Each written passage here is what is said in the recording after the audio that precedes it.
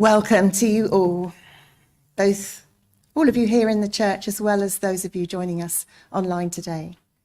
It's lovely to have you all here. People are sitting in different places in church today. This is quite exciting. Who knows what might happen? We gather, as we do each Sunday, to remember once again who we truly are, to build community together, and to open our hearts and minds to the divine mystery. Our theme this month is love, not surprisingly perhaps, as this Tuesday is Valentine's Day, but this service is not about romance on a particular day. It's about love as a way of living our lives. But let's begin by lighting our chalice candle as a symbol of our free religious faith. And as always, I invite those of you watching online or at home, wherever you are, to light a candle with me if you'd like to. I'd remembered that we had a heart candle.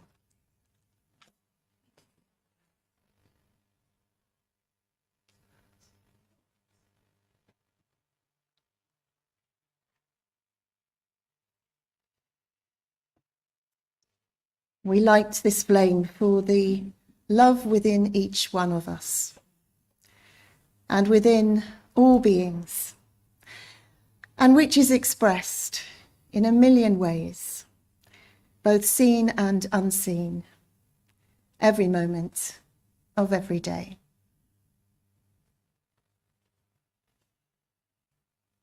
We're going to begin with a time of prayer. And I'd like to start by inviting you to join with me in a short silence for the suffering of the world, but in particular for those who have, those thousands now, many thousands, who've lost their lives, their loved ones, their homes, everything, as a result of the devastating earthquakes in Turkey and Syria, and for all those people engaged in rescue efforts at this time. So let's just take a moment to hold them in our hearts at this time.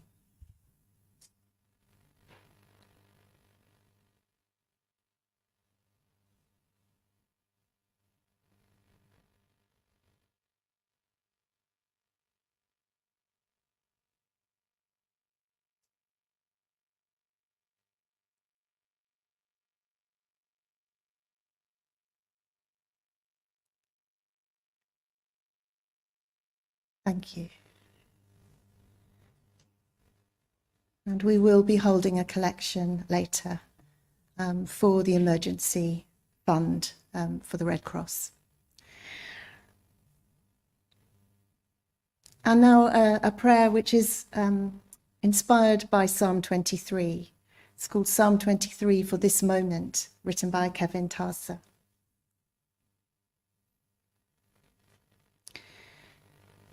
May I remember in this tender moment that love is my guide, always shepherding me toward ways of openness and compassion. I have what I need, really, with love at my side, above me, below me, in front of me, behind me, inside every cell of me. Love infused everywhere. Just when the weight of the world I inhabit threatens to drop me in place and press my hope down into the ground beneath me, love invites me to rest for a gentle while and leads the center of my soul to the quiet, still, restoring waters nearby that somehow I had not noticed.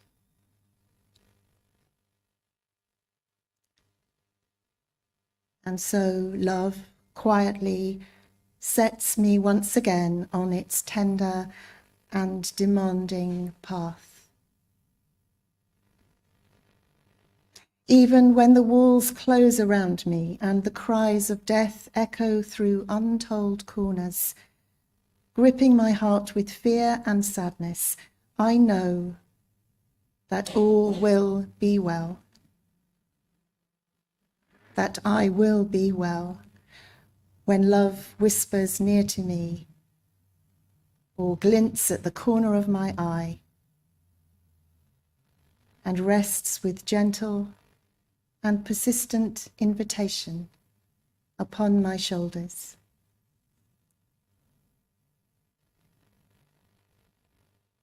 Love blesses me, even as the sources and symbols of my pain look on. Love blesses me from its infinite well. And I turn and notice that goodness and kindness and grace follow me everywhere I go. I live in a house of love that will not let me go. I live in a house of love and always will.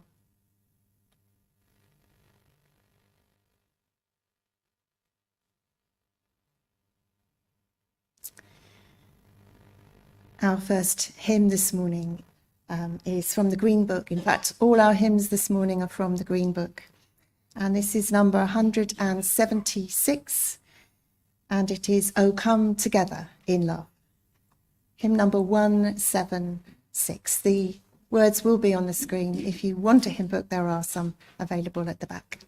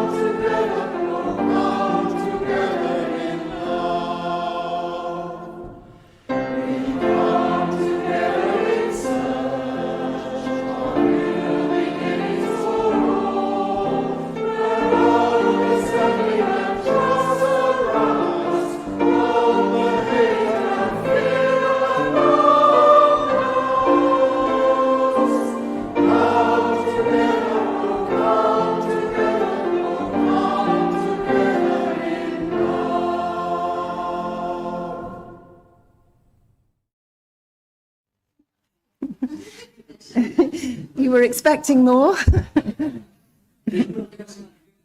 You could try it again now you know it, yes.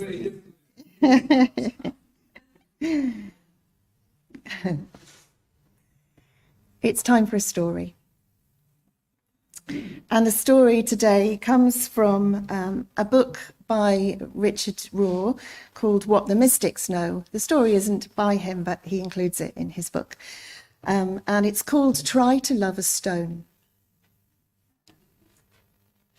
Once upon a time, a small Jewish boy went to his rabbi and said he didn't know how to love God.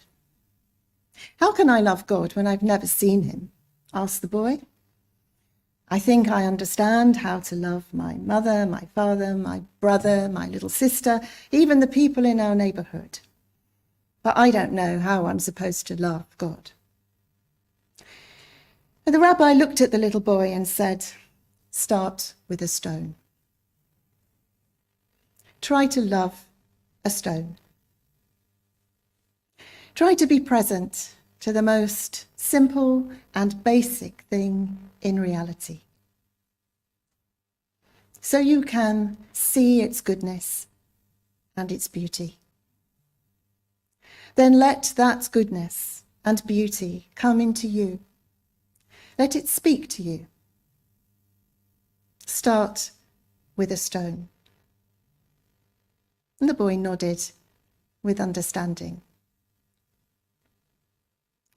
"Then, when you can love a stone," the rabbi continued, "try a flower. See if you can love a flower. See if you can be present to it and let its beauty come into you. See if you can let its life come into you, and you can give yourself to it. You don't have to pluck it, possess it, or destroy it. You can just love it over there in the garden. The boy nodded again. I'm not saying it's wrong to pick flowers, added the rabbi, which is a relief, isn't it? I'm just asking you to learn something from the flower without putting it in a vase. The boy smiled, which meant he understood, or maybe he didn't. Just in case he didn't, the rabbi chose the boy's pet dog as the next object of loving and listening. And the boy nodded and smiled when the rabbi talked about his dog. He even said, "Yes, Rabbi." Then the rabbi went on, "Try to love the sky and the mountains, the beauty of all creation. Try to be present to it in its many forms. Let it speak to you and let it come into you." The boy sensed the rabbi wanted to say more, so he nodded again as if he understood. Then the rabbi said, "Try to love another human being. Try to be faithful to them and sacrifice yourself for them. After you have loved a stone, a flower, your little dog, the mountain, the sky, another person, then you'll be able to love God."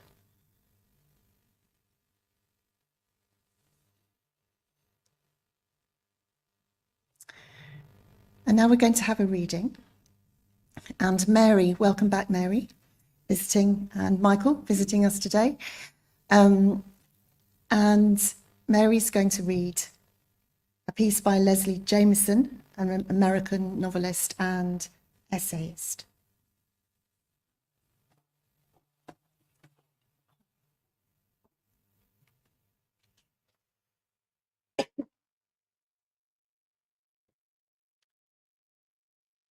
Empathy isn't just something that happens to us, like a meteor shower of synapses firing across the brain. It's also a choice we make to pay attention, to extend ourselves.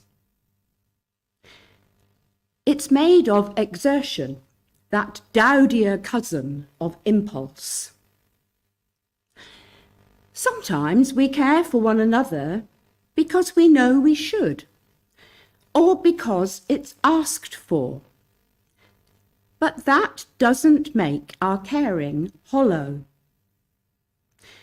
The act of choosing simply means we've committed ourselves to a set of behaviours greater than the sum of our individual inclinations.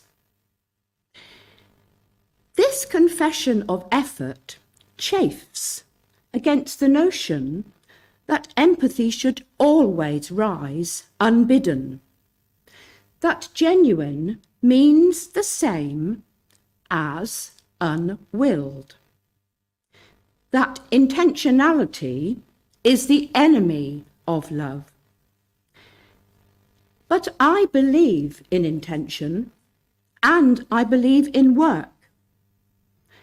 I believe in waking up in the middle of the night and packing our bags and leaving our worst selves for our better ones.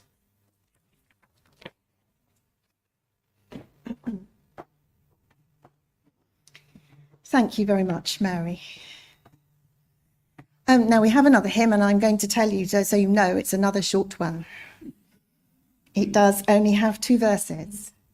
And it's called So Simple is the Human Heart. And it's number 9 if you're using the Green Hymn Book. So simple is the human heart.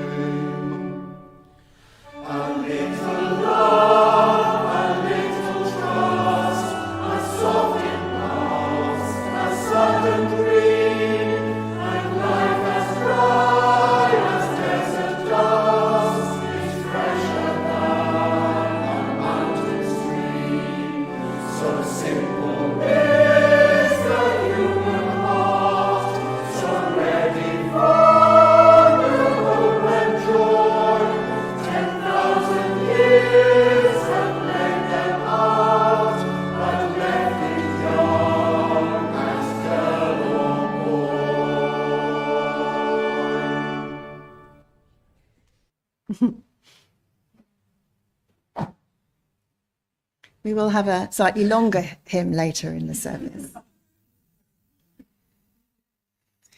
I'm going to invite you to join me in a guided meditation now, which is something that we've done before, and it is on cultivating loving kindness. It is from the Buddhist tradition known as the Metta Bhavana, which metta means love, but not in a romantic sense, in the sense of friendship, in the sense of kindness. And bhavana means development or cultivating. So it's a practice that is quite a simple one, but it takes us, a bit like the rabbi was taking through the young boy through different stages. This is a meditation that takes us through different stages of opening up to wider forms of love. So I'm going to invite you to start just by settling yourselves in your chairs and making yourselves feel comfortable. You can keep your eyes open or closed as you prefer. And it might help you to have your feet placed on the ground. It just helps to ground us. And have your hands wherever they feel comfortable. It might be in your lap or on your knees or somewhere where you feel you can just settle and relax. So begin by just becoming aware of your body.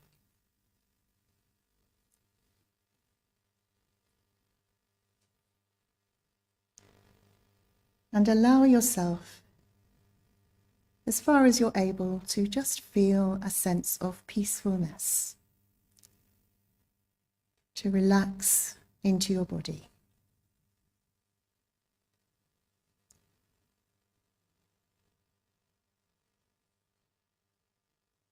And you may like to imagine there is a golden light, a golden light of goodness flowing through your body.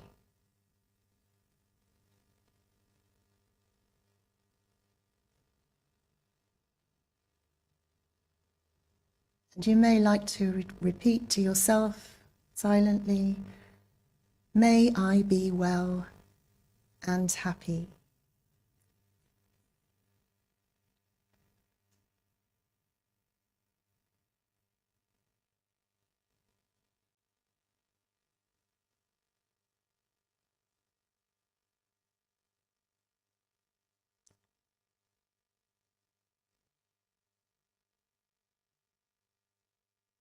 And now bring into your mind's eye someone who is a good friend.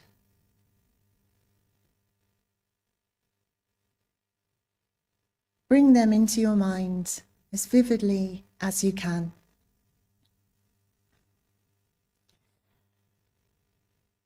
Think of their good qualities.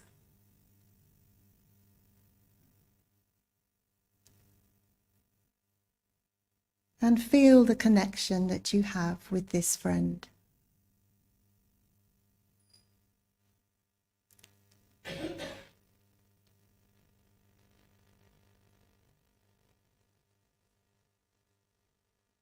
You might like to imagine the shining golden light reaching out to them from you.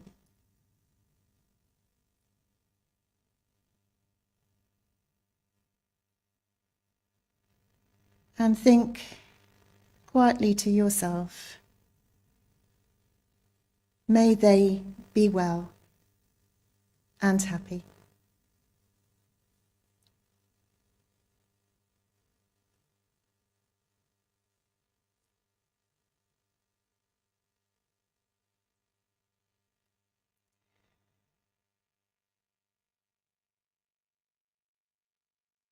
Next, think of someone who you don't particularly like or dislike, an acquaintance, someone you feel quite neutral about.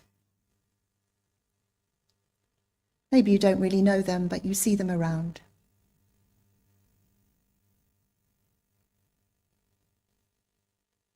Reflect on their humanity and see them too bathed in a golden light.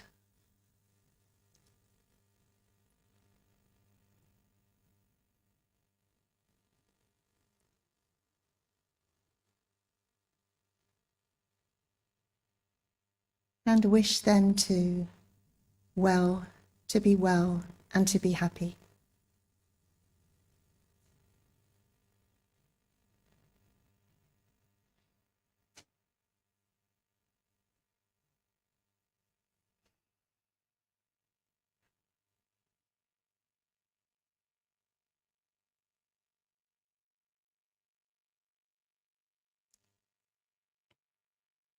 Now think of someone that you find difficult. Perhaps someone you don't easily like. Try not to get caught up in feelings of annoyance or dislike, but rather, if you can, think of them too positively, in all their humanity.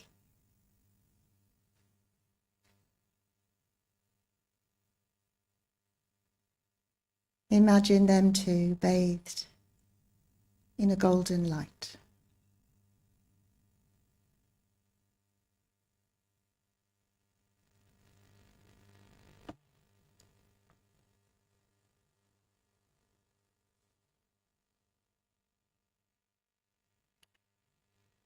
And finally, think of all these four people together: yourself, your good friend, the acquaintance, and the person you struggle with. And then allow your feelings to ripple out further still, to everyone around you, to everyone in your neighborhood, in your town, in your country, and so on, throughout the world.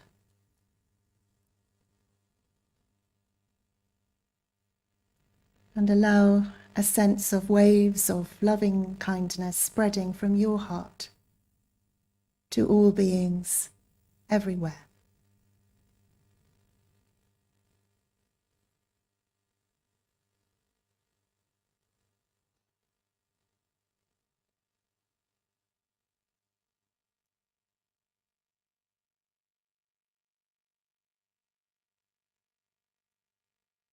And then when you're ready, just bring yourself back into the room.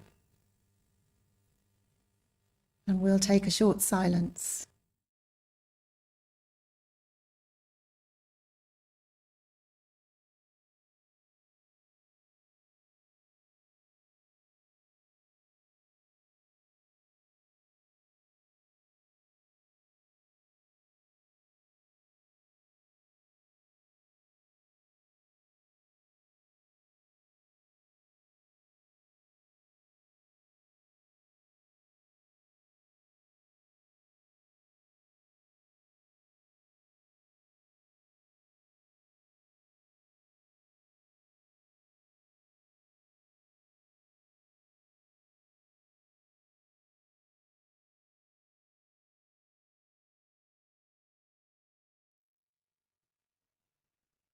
Can I just say welcome to those of you who've come in since we started and missed my first welcome? It's lovely to see you.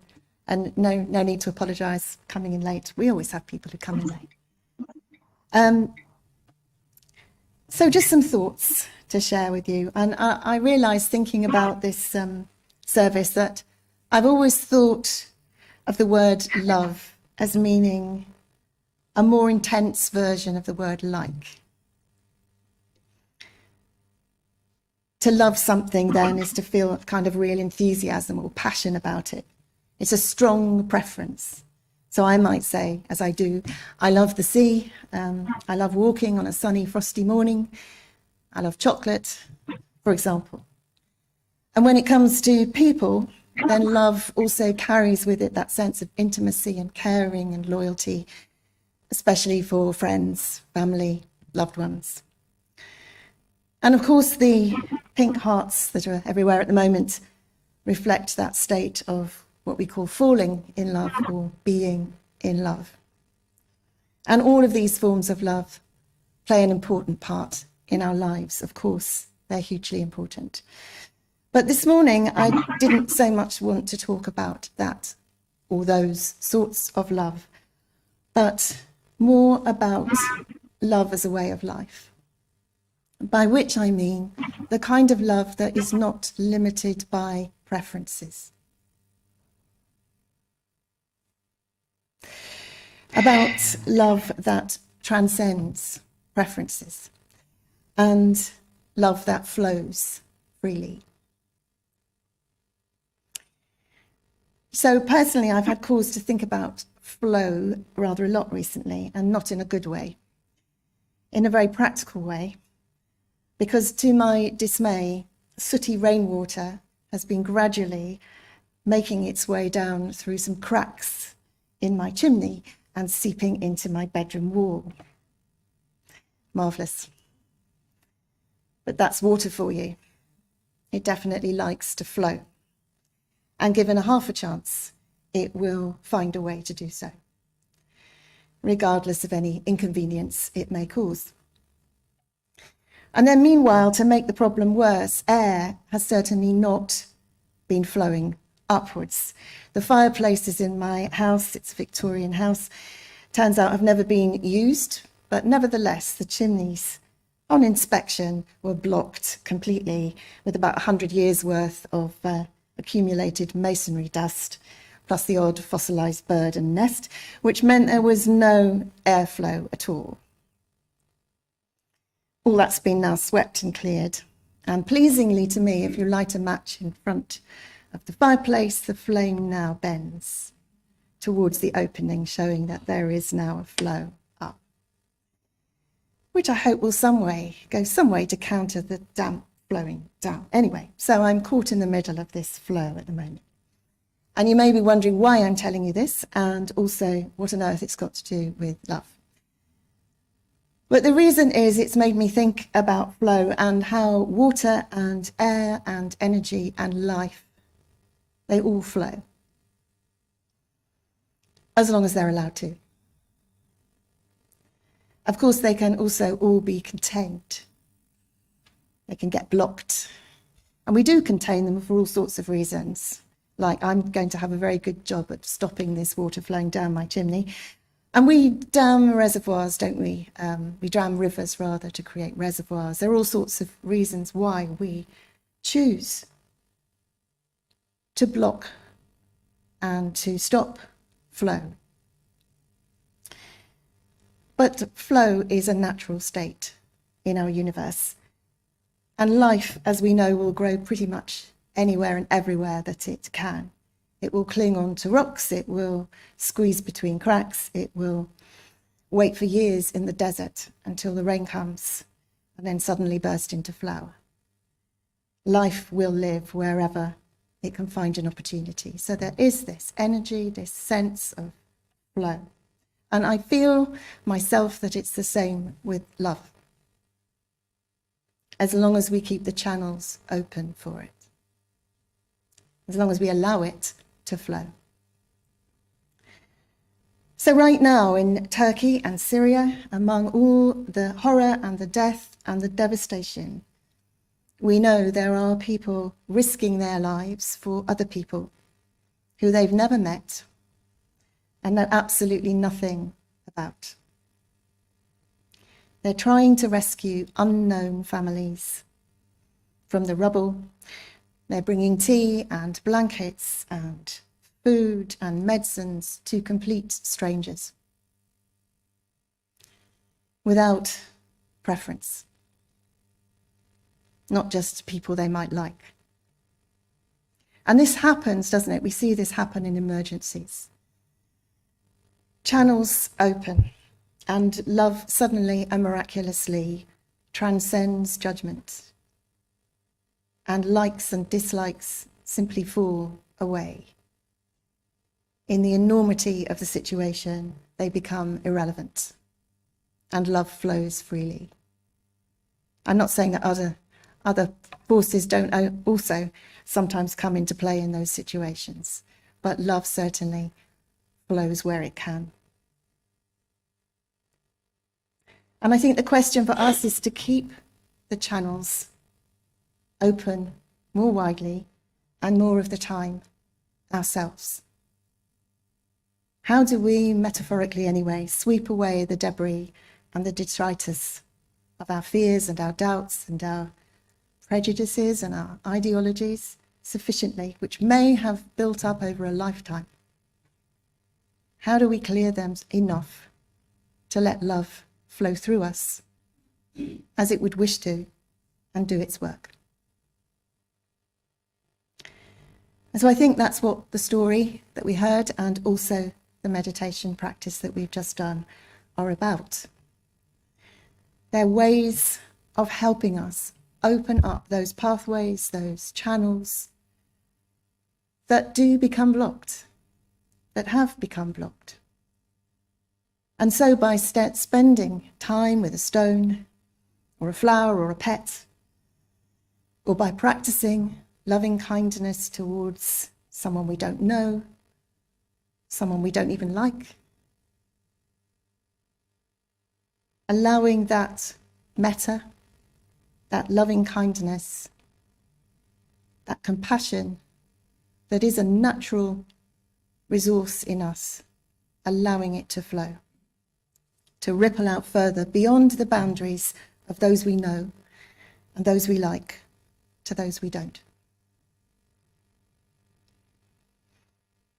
How wonderful would it be if those channels were open, not only when disaster falls? And to practice them,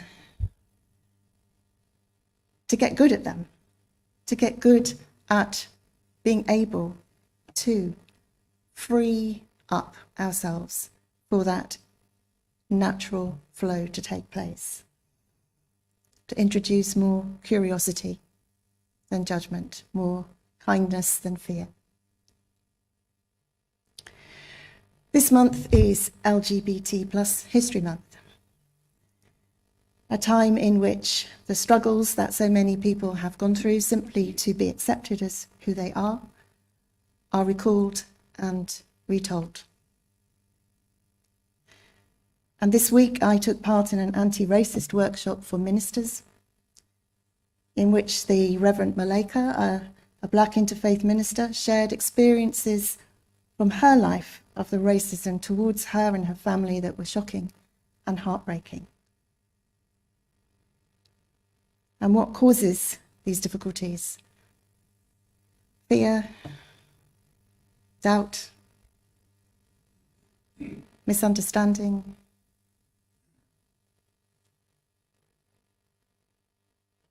I don't know, but whatever the things are that cause them, they are blocks in the channel of what would be a flow of love. So we can rely on our impulses to love, the things that come naturally to us and easily to us, the things we like, the people we love. But that will only take us so far, I think. To love God, as the rabbi put it, to make love a way of life, the channels need to open much more widely than that. And for most of us who are not saints or mystics, that does require setting some kind of intention to make that difference. And developing maybe a practice such as the ones we've heard of today that would help us in the way we would learn any skill or tone any muscle, to practice ways of keeping our hearts open for that flow of love which is divine and is in us all. Love is abundant. It doesn't need to be rationed. There's enough for us all. And part surely of our role in being alive, our purpose in being alive, is to be channels for that love to manifest in the world. So let that be so. And let us sing our third hymn, which is, as I say, a longer hymn. It's got 4 verses. And it is one you know. Let love continue long. It's number 188 in the Green Hymn Books. 188.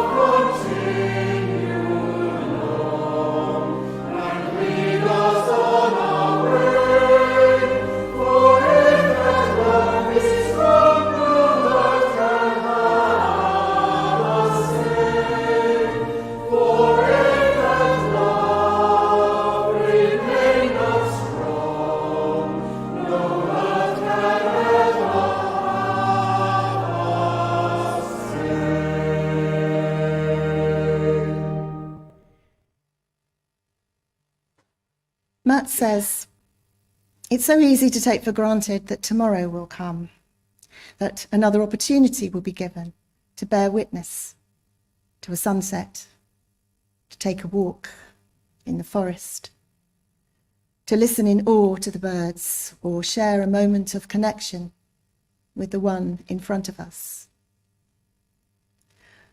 But another part knows how fragile it truly is here, how tenuous, and the reality that this opening into life will not be here for that much longer.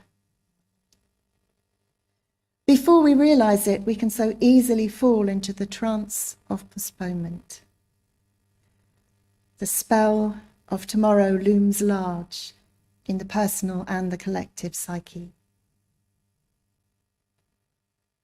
at the end of this life, which is sure to come sooner than we think, it's unlikely we'll be caught up in whether we accomplished the tasks on our to-do list, played it safe, healed all the wounds from our past, wrapped up our self-improvement projects, or completed some mythical spiritual journey. Inside these hearts, there may be only one burning question: how well did we love?